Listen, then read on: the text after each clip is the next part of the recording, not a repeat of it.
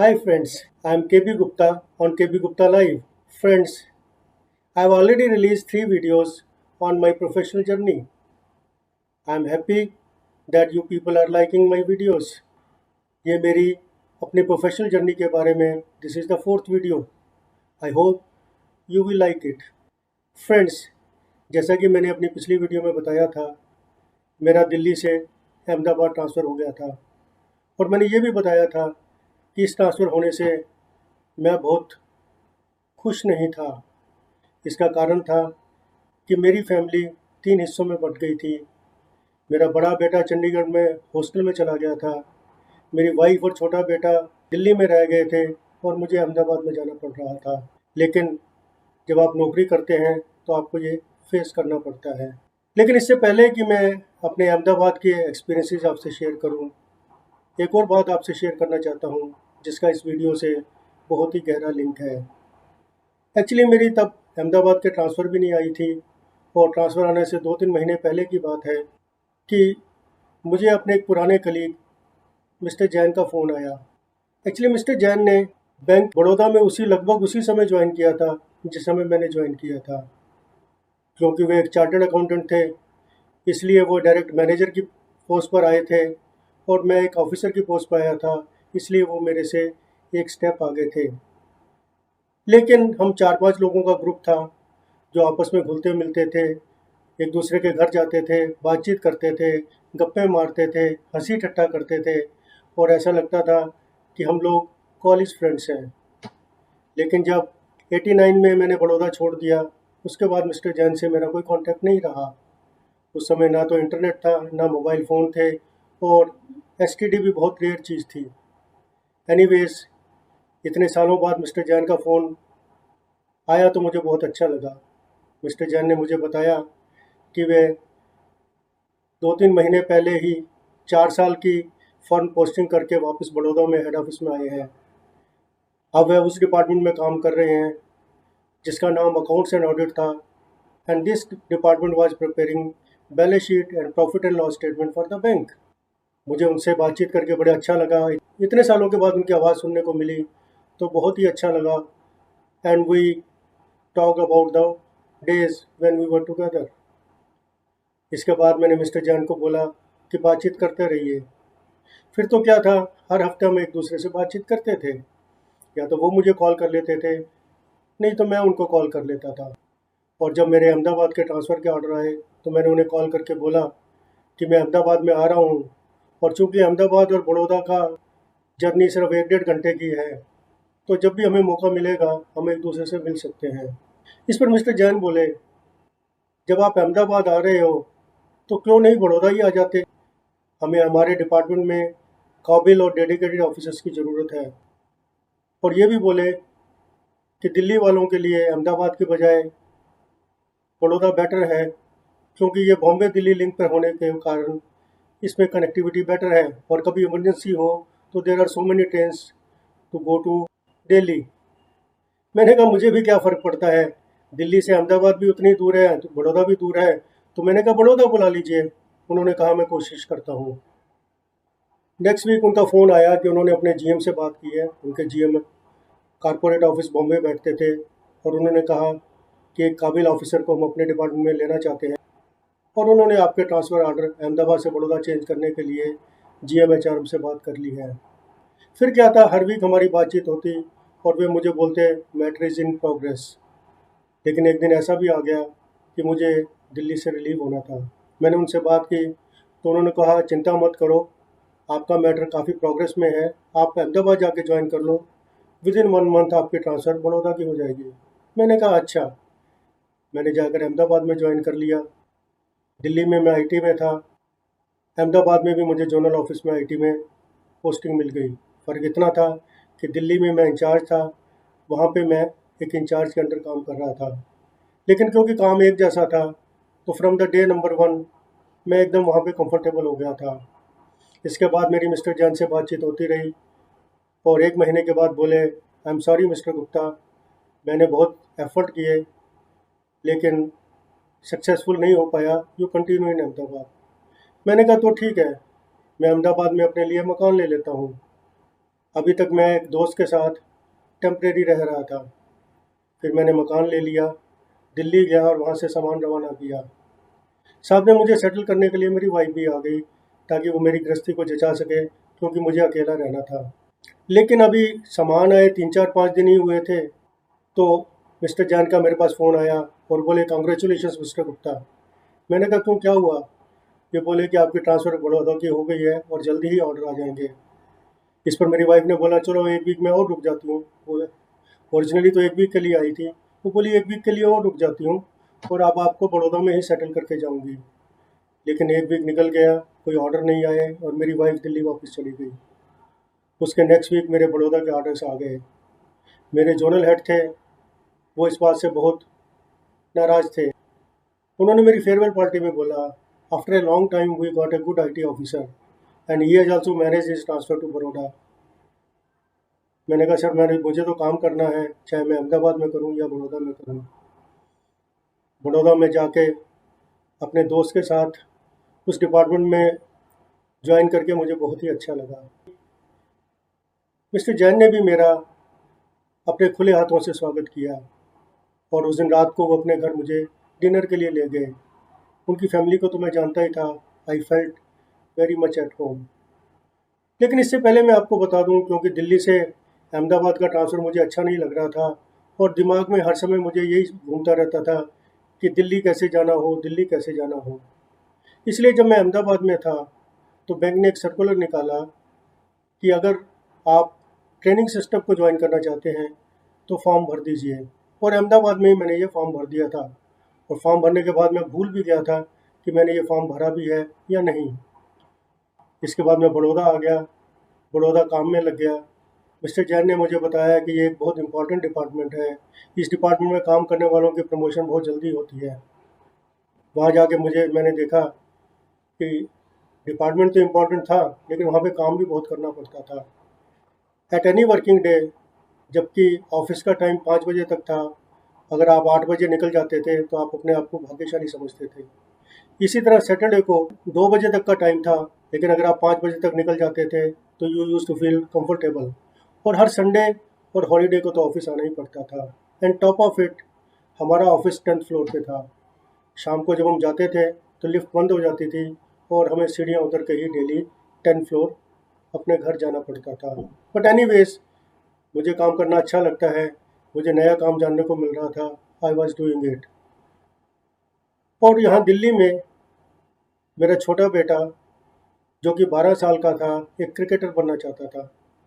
इसलिए मैंने उसे उस ऐसे स्कूल में एडमिशन करवा दिया जहाँ भी क्रिकेट के कोच अच्छे थे।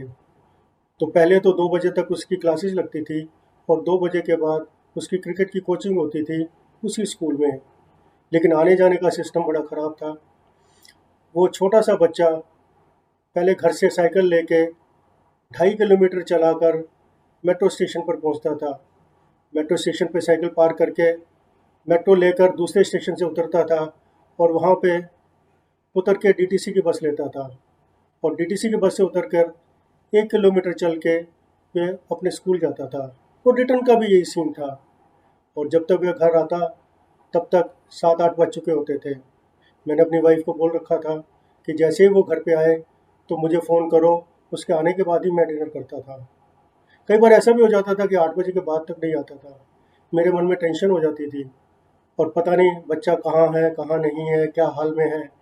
क्योंकि बहुत छोटा बच्चा था, उसे उस समय हम मोबाइल भी नहीं दे सकते थे और काफ़ी एंजाइटी में टाइम निकलता था।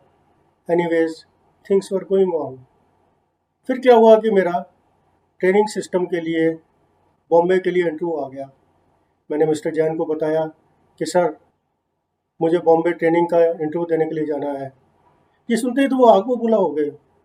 वो कहने लगे, मिस्टर गुप्ता, अगर आपको ट्रेनिंग सिस्टम में जाना था तो आप इस डिपार्टमेंट में क्यों आए? आपने मुझे पहले से क्यों नहीं बताया कि आपने ट्रेनिंग सिस्टम के लिए अप्लाई कर रखा है? मैंने कहा, सर, जब मैंने अप्लाई किया था मैं अहमदाबाद में था और मुझे मालूम भी नहीं था कि मैं बड़ौदा जा पाऊँगा या नहीं जा पाऊँगा। इस पर बोले, mister Gupta, I am very much unhappy with you.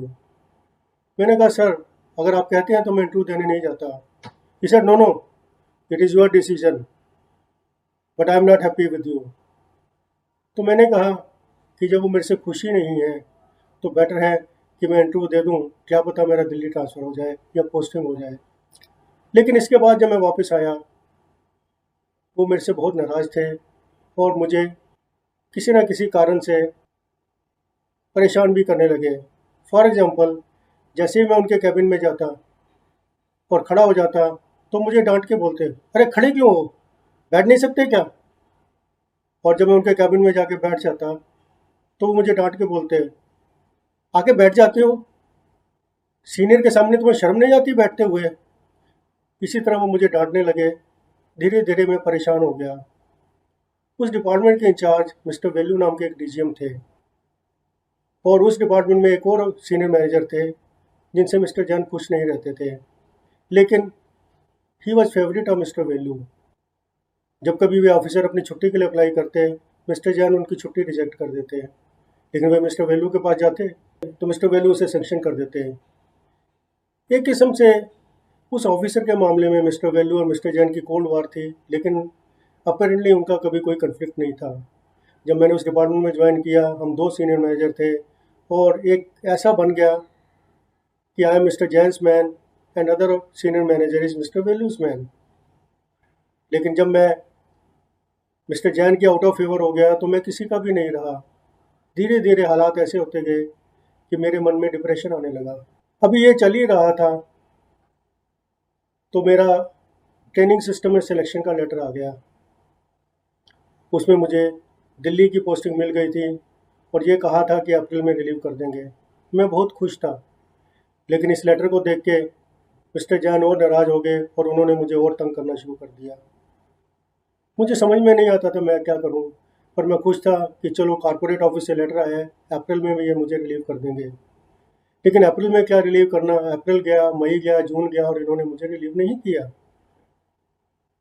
और ये कहने लगे कि जब तक तुम्हारे बदले में कोई चार्टर्ड अकाउंटेंट नहीं आता, तब तक हम तुम्हें रिलीव नहीं करेंगे। इन्होंने एचआरएम डिपार्टमेंट को लेटर लिखा कि आप एक चार्टर्ड अकाउंटेंट भेजिए ताकि हम गुप्ता को रिलीव कर सकें। एचआर डिपार्टमेंट ने वो कहा कि हमारे पास आज की डेट में कोई चार्टर्ड अकाउंटेंट नहीं है, और जब मिस्टर गुप्ता चार्टर्ड अकाउंटेंट नहीं है तो आपको चार्टर्ड अकाउंटेंट क्यों चाहिए? तो ये कहने लगे mister Gupta is a very competent officer, otherwise non chartered accountant can not work in this department which is preparing balance sheet for the full bank. फिर एचआरएम डिपार्टमेंट से लेटर आया कि आज की डेट में हमारे पास कोई चार्टर्ड अकाउंटेंट नहीं है, अगले साल जब हम नए चार्टर्ड अकाउंटेंट्स को अपॉइंट करेंगे तो आपको दे देंगे। और मुझे कोई भी आशा की किरण नहीं दिखाई दी। मैं बार बार मिस्टर जैन और मिस्टर वेल्लू से रिक्वेस्ट करता कि मुझे रिलीव कर दीजिए, और वो कहते कि चार्टर्ड अकाउंटेंट के बिना आपको रिलीव नहीं करेंगे। जून से जुलाई गया, अगस्त गया और सितंबर आ गया। मेरा मन धीरे धीरे उदास रहने लगा और मैं 1 हफ्ते की छुट्टी लेकर दिल्ली चला गया। वहाँ जाके सारी बात मैंने अपनी वाइफ को बताई। 1 हफ्ता निकल गया, लेकिन मेरे जाने का मन नहीं था, इसलिए मैंने 1 हफ्ते की और की छुट्टी अप्लाई कर दी, जो कि उनका टेलीग्राम आया कि उन्होंने एक्सेप्ट नहीं की। लेकिन मैं बहुत टेंशन में था, बहुत डिप्रेशन में था, तो मेरी वाइफ ने भी कहा कि ऐसे हाल में आप मत जाइए, लेकिन करें तो करें क्या? मन करता था कि नौकरी छोड़ दो। वाइफ से बात की, वाइफ कहने लगी कि अगर आपका मन अच्छा नहीं है तो आप नौकरी छोड़ दीजिए। लेकिन 2 छोटे-छोटे बच्चे थे, उनकी पढ़ाई का खर्चा था, दूसरे खर्चे भी थे और मेरे पास कोई ज़्यादा सेविंग भी नहीं थी। समझ में नहीं आ रहा था कि क्या करेंगे। फिर मेरी वाइफ ने बोला कि आप नौकरी छोड़ दीजिए और देखेंगे क्या होता है, जब भगवान ने पेट दिया है तो खाने के लिए भी कुछ देगा। ये सब सोच के मैंने नौकरी से रिज़ाइन करने का मन बना लिया। इससे पहले कि मैं रेजिग्नेशन लेटर देता, मेरे मन में विचार आया, क्यों ना मैं अपने बैंक के सीएमडी को अपनी व्यथा लिखूं, और मैंने उन्हें एक लेटर लिख दिया। मेरे जितने भी दोस्त थे, वो कहने लगे, अरे ये तूने क्या कर दिया, ये सीएमडी तो बहुत हार्श है, तुम रिजाइन बाद में दोगे, वे तुझे पहले ही नौकरी से निकाल देंगे। मैंने कहा ठीक है, मैं तो नौकरी छोड़ना चाहता हूँ, चाहे मैं रिज़ाइन करूँ या बैंक मुझे नौकरी से निकाले। लेकिन इस घटना के 15 दिन बाद मुझे मिस्टर वैल्यू का फ़ोन आया, मिस्टर गुप्ता आप बड़ौदा आ जाइए, हम आपको रिलीव कर देंगे। लेकिन मुझे उन पर फेथ नहीं था, वेरी फ्रेंकली। मैंने कहा सर आप मुझे इन एब्सेंशिया रिलीव कर दीजिए। कहते नहीं आना तो पड़ेगा, बट आई प्रॉमिस कि एक दिन में कर देंगे। मुझे यही चिंता थी कि मैं वहाँ जाऊँ, वो मुझे रिलीव नहीं करें और फिर मुझे उसी ज़िल्लत भरे माहौल में रहना पड़े। बट एनीवेज़ मुझे जाना पड़ा और खैर उन्होंने 1-2 दिन में मुझे रिलीव भी कर दिया और मैं वापस दिल्ली आ गया। फ्रेंड्स, आप सोचते होंगे कि ये सारी कहानी मैंने आपको क्यों सुनाई?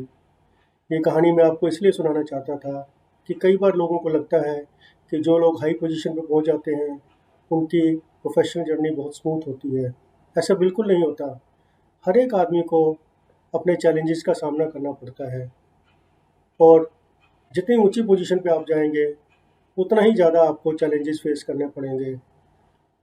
इसलिए अगर आपको ऊंची पोजीशन में जाना है, तो आपको चैलेंजेस फेस करने के लिए तैयार रहना चाहिए।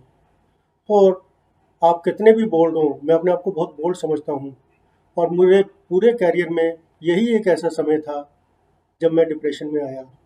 और जब आप डिप्रेशन में आते हैं तो आपका कोई अपना आपको सपोर्ट करने वाला होना चाहिए, या तो वो कोई आपका फैमिली मेम्बर हो, या कोई मित्र हो, या कोई भाई बंधु हो, तभी आप आगे बढ़ पाएंगे। और नेक्स्ट, ऑफिस में पॉलिटिक्स चलती रहेगी, you cannot wish it away. If you want to be successful, you have to weather the storm. Anyways, मैं दिल्ली वापस आ गया और मैंने वहाँ पे training centre as a trainer join कर लिया। अच्छी बात यह थी कि मेरे ट्रेनिंग सेंटर और घर के बीच में मेरे छोटे बेटे का स्कूल पढ़ता था। I was very happy that in the evening I can pick him from the school और हम दोनों बाप बेटा घर इकट्ठे चले जाएंगे और बच्चे को इतनी परेशानी नहीं भुगतनी पड़ेगी। और मैंने करना भी ऐसा शुरू किया। लेकिन कुछ हालात ऐसे बदले कि मेरे बेटे ने क्रिकेट खेलना बंद कर दिया, उसको स्कूल भी बदलना पड़ा। लेकिन ये हालात क्यों बने, इसमें क्या हुआ, कैसे हुआ, ये सब चीज़ें मैं आपको आने वाली वीडियो में बताऊंगा। I hope you like this video. If yes, please press like and share button and subscribe to my channel. Please don't forget to press bell icon to know about my upcoming videos. Thank you.